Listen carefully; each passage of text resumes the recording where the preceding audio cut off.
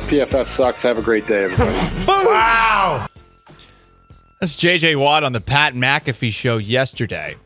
For those who don't know, there's been some controversy about a website called Pro Football Focus, specifically with how they graded C.J. Stroud's performance against the Cleveland Browns compared with how they graded Jordan Love's performance against the Dallas Cowboys. They gave Love a 92 on an 100-point scale. They gave C.J. Stroud a 77. Their statistics pretty similar in this game. Blowouts for both the Texans and the Green Bay Packers. I'm going to give my take on Pro Football Focus really quickly. I think there is a use for Pro Football Focus. At the same time, it is a website that uses individual graders to watch football games. Guys who are generally qualified. We're talking about ex-players at some level, ex-coaches at some level. There is qualifications behind the guys that are doing the grades. But at the same time, if we're talking about grades, they are subjective. And these grades are based on expected outcomes more than they're based on knowing the specific play call on a snap-to-snap basis. And I think where it gets really fuzzy when it comes to Pro Football Focus is with offensive linemen, defensive linemen, and I guess linebackers too. Because it always feels like Bobby Wagner is close to the top of the NFL there. And I don't think Bobby Wagner has been an elite linebacker since probably 2019. He was second team All-Pro this year or something. What are we doing here? So there's use for it, but you are at the end of the day, you are subject to the guys who are actually grading these tests. And it just by default, not every single person that's working for Pro Football Focus, which does have a fairly high degree of turnover, not everyone working at Pro Football Focus is good at grading, is good at watching tape. And when you don't know what the hell is going on a given play, then what the hell do you actually know? So there's been a lot of pushback to Pro Football Focus in the last couple of days. I got to say, the people that run the site are smarmy nerds, and they come off like that. They're condescending, and they talk down to people. How's that working for the left these days, you know? Like, it's one of those things where when you operate with this mindset that you're smarter than everybody and you have all the answers, people are going to pounce on you whenever they can. And it's one of the reasons that while I think Pro Football Focus is a useful tool, I think a lot of the people that work there come across as douches. And I would specifically point to the top of the food chain, Sam Monson and Steve Palazzolo. So J.J. Watt on the Pat McAfee Show basically went on a couple of unprompted rants about Pro Football Focus. Here's the first part of it.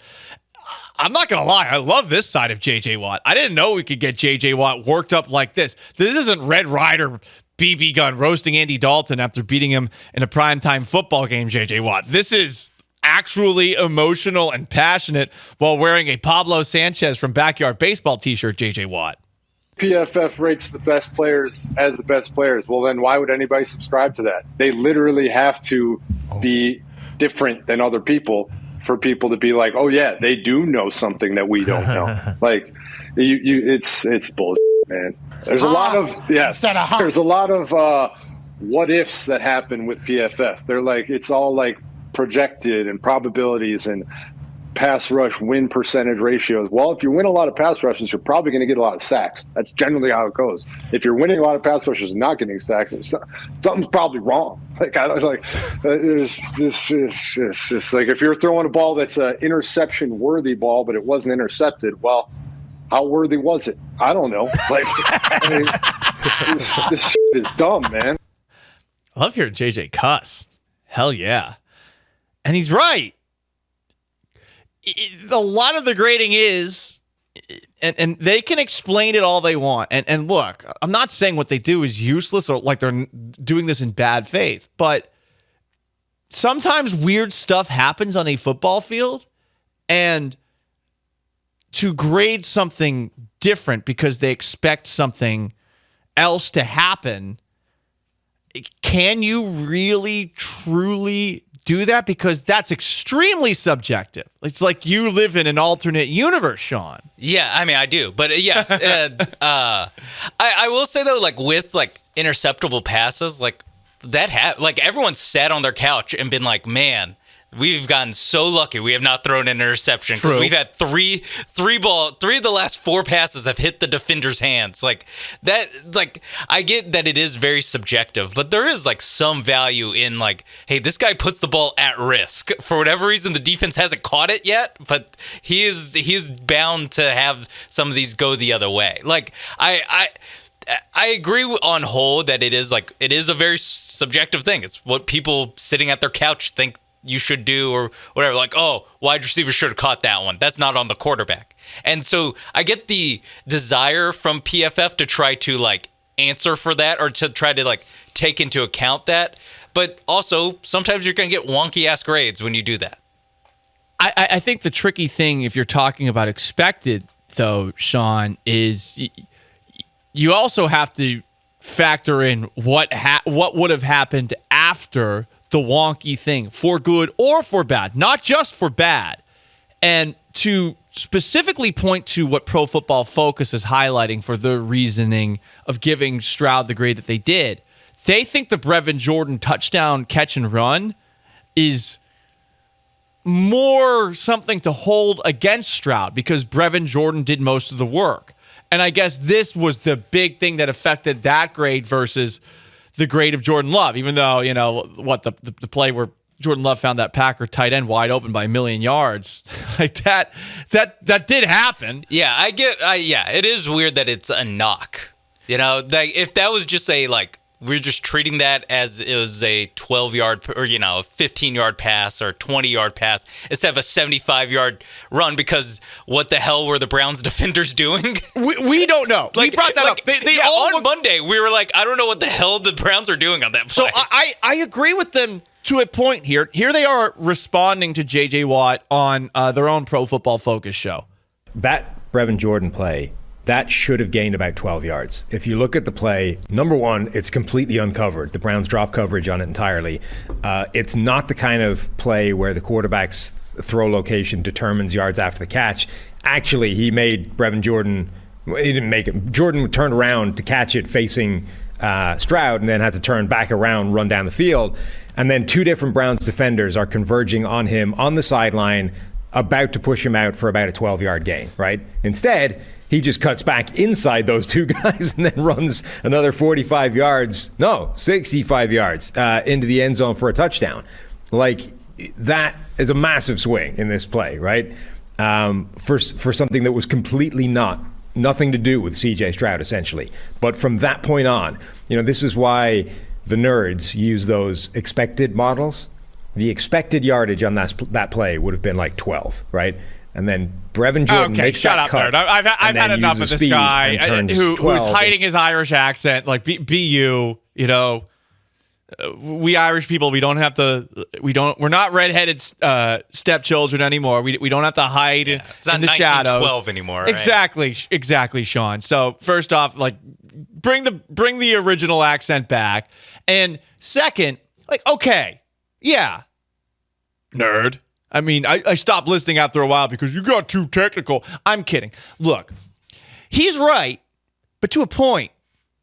So if C.J. Stroud doesn't have that 12-yard catch and run turn into a 76-yard touchdown, who are we to say that Stroud wouldn't have just marched down the field and continued to find wide receivers and dart it to them?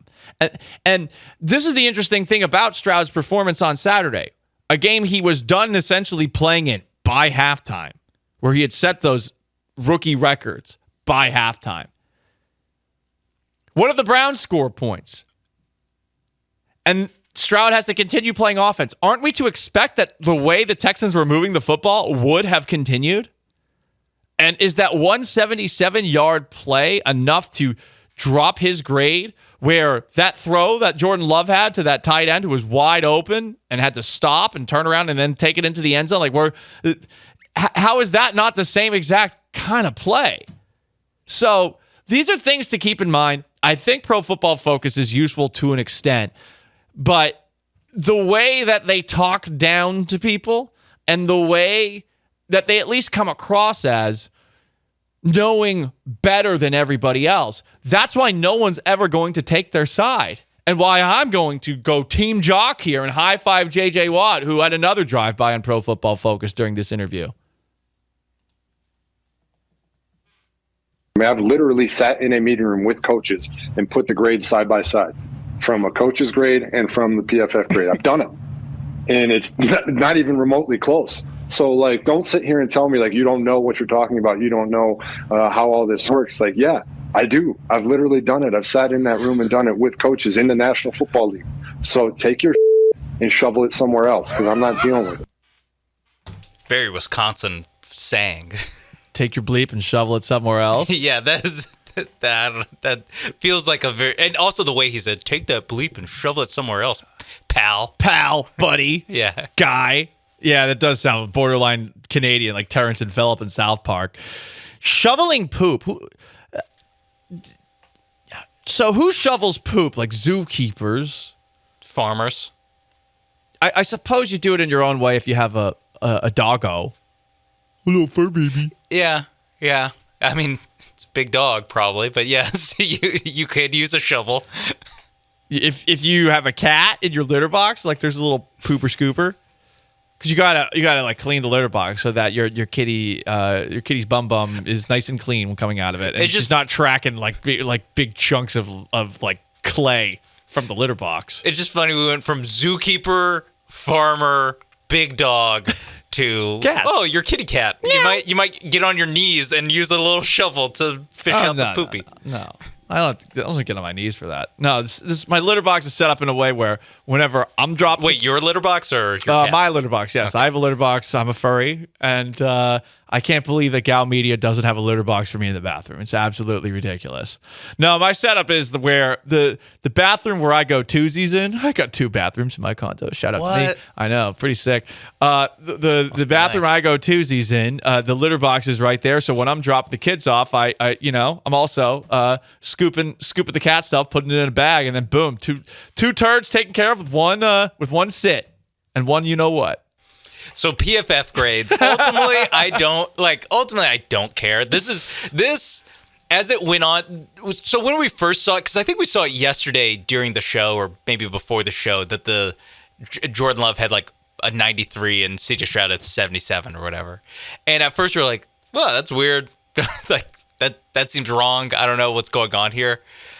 As it progressed throughout the day, this is where Texans fans kind of became they started fighting the James Harden MVP wars in my mind. Yeah, good point. Where it's like, what do we care? This freaking playoffs, dude. Like, why do we care about one website's grade? We're on to Baltimore. Saturday is the biggest game of the season, and today is the greatest day of your life, and you're spending it arguing with a bunch of nerds on Pro Football Focus. Listen, that publicity is kind of good for them. That's how they get that publicity. That's how they get the engagement, the retweets, and all of that. And yeah, you're right, Sean. Focusing on Pro Football Focus when there's a playoff game to be played, I gotta say, you're not focused enough.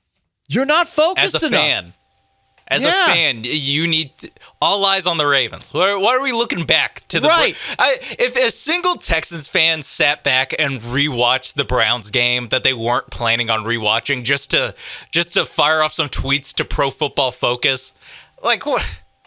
Like, do something better. Do something better. Something better with your time. Yeah. Don't be Rockets fans, all right? In all things. Actually, that should just be just don't go on Twitter. It's terrible. It's terrible. Just to argue with some Irish guy. Come on. Yes. With a calculator. That's the funniest part. Again, they work hard. I'm not diminishing the work that they do. But you're arguing with an Irish man covering football. No offense, not to be xenophobic, but that guy, Sian Fahey, GTFO, born in the USA. I was born in the USA. And you weren't. Stop talking about us. See what I just did to this cup? Yeah, that's what I think of Irish people's takes on the NFL. Now, Irish people are perfectly capable individuals, but it's just in the field of football, take it a little less seriously. We invented this game. How about you take a walk outside like I did 1.1 miles to work? Developed plantar fasciitis. It did, but we're still here. We're still here. Did the show. Went to the gym. Shovel it somewhere else, all right? Shovel that bleep elsewhere. Saying, Thomas Shelby. Yeah. Thomas Shelby. It's the only Irish guy I could think of. He's not even Irish. He's not? He's not Irish. Oh, you know what? Cillian Murphy is Irish. Murphy's Irish. The actor is Irish. Yeah.